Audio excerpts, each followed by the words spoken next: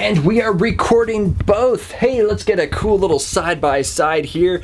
Wonderful. Hello everybody, I'm Beau coming to you with my iPhone on one side and the GH5 on the other in full 4K. Yeah, it's obvious which one actually wins the battle right here. So just for giggles, I'm gonna turn off my iPhone right here and address the rest of you on my GH5. This camera is absolutely phenomenal because yes, I realize that it's $2,000, but this thing is gonna last me for years because it's a tough camera body. And just coming from the GH4, I have all the batteries, I have this Rode video mic that I'm filming on. The audio sounds pretty darn decent, doesn't it? The lens itself, I also got from my GH4. This is a 12 to 35 millimeter Lumix lens, a fantastic walk around lens. I look pretty decent, don't I? But let's back out there so I don't weird you out too much. But what I like about it is you can still get that fantastic wide angle, but you can also punch in and just get some beautiful, beautiful portraits of people.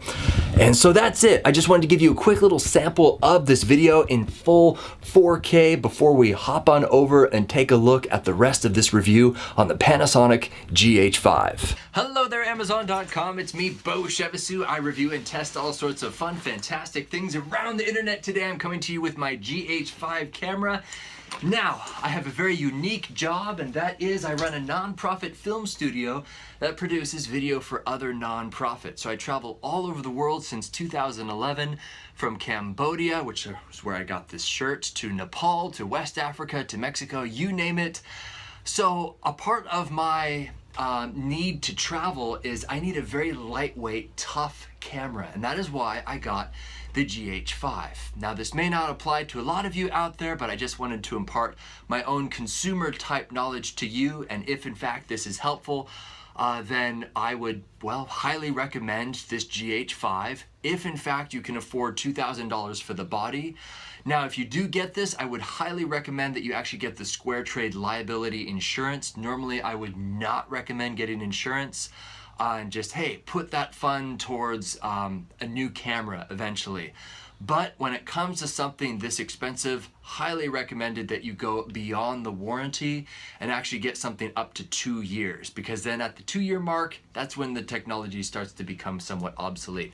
So get that Square Trade, it's fantastic reviews, and I'm not affiliated with them, but that's what I would recommend. On here is the 12 to 35 millimeter lens from Lumix, and as you can see, out it goes like so. We're gonna go ahead and actually I'm not gonna take it off because it's kind of dusty in here right now and I don't want to expose the innards to it, but I'm gonna go ahead and flip this on just for a moment so that I can show you my workflow, how I use this. Now, I basically pull it out of my backpack. As you saw earlier, I have my Rode video mic, which I slide onto the top like so. Crank it down, over we go. And this again is for video. This is not necessarily for photography. Plug it in right like so. It's kind of wobbly because this strap on my mic broke while in Mexico last month. And then you flip it on, flick this on, and lens cap off, and you are ready to rock and roll. What I love about this thing is that yes, it does shoot up to 180 frames per second, which is absolutely stunning, especially when it does it still in full HD. Now the downside to that is in my particular package that I got off of Amazon, they provided two 64 gig at micro SD cards that fit into the full-size SD card slot. And yes, there are two of these that go into here. So I have two 64 gigs that go into this. However, and this is the big however, this type of a card, it actually gives me an error that says the card is not fast enough. So that is the only downside to getting a package off of Amazon, is that a lot of these freebie type cards aren't actually fast enough to take to record when you are recording in 180 frames per second. In normal 4K footage, it's absolutely fine, but just be aware, get some fast cards if you get the GH5. Other things that actually come with this kit, as you can see, this whole mess back here, comes with a little camera bag. You probably don't need that. I would highly recommend you actually get a kit, even if you know, okay, it's $1,997 for the whole kit and the body. It's the same price for just the body. So might as well just get the kit and get all these free things. Like for example, this little squeezy bulb thing. I already have one, but I can give this to my friend. Comes with some filters, you know, a lot of cheap stuff that's not top of the line. But if you have someone who is just starting out in videography, you can give them this kind of stuff, this small little dinky microphone. You know, I'm not gonna use this for my production level type work, but again, it's just a nice thing to have if in fact you know somebody who could use some extra gear. Now back to the GH5 camera. When it is actually on, wherever you press, that's where it focuses. It does not autofocus when you're doing super slow-mo. Another thing, when you get this, just get onto YouTube and find the quick setup guide YouTube videos, and they will walk you through all of the intricate settings to make it optimized for video. Highly recommend that you look up those videos. Also, a few tips and tricks from someone who has used the GH series in the field. This is my GH4. This is actually broken. It's completely bricked because I have opened up the LCD panel too much. Open, close, open, close, open, close, because I wanted to protect the screen. Now, the innards, and I have taken this apart, the innards, you will see that there's a little ribbon connecting this, extremely fragile ribbon, and it's the same deal on the GH5. So if I were to impart any kind of knowledge to you, don't open and close the LCD screen. I know that completely takes away that feature because you want to open it up and get these crazy angles to see, but you will get so much more life out of your camera if you just leave it closed like this.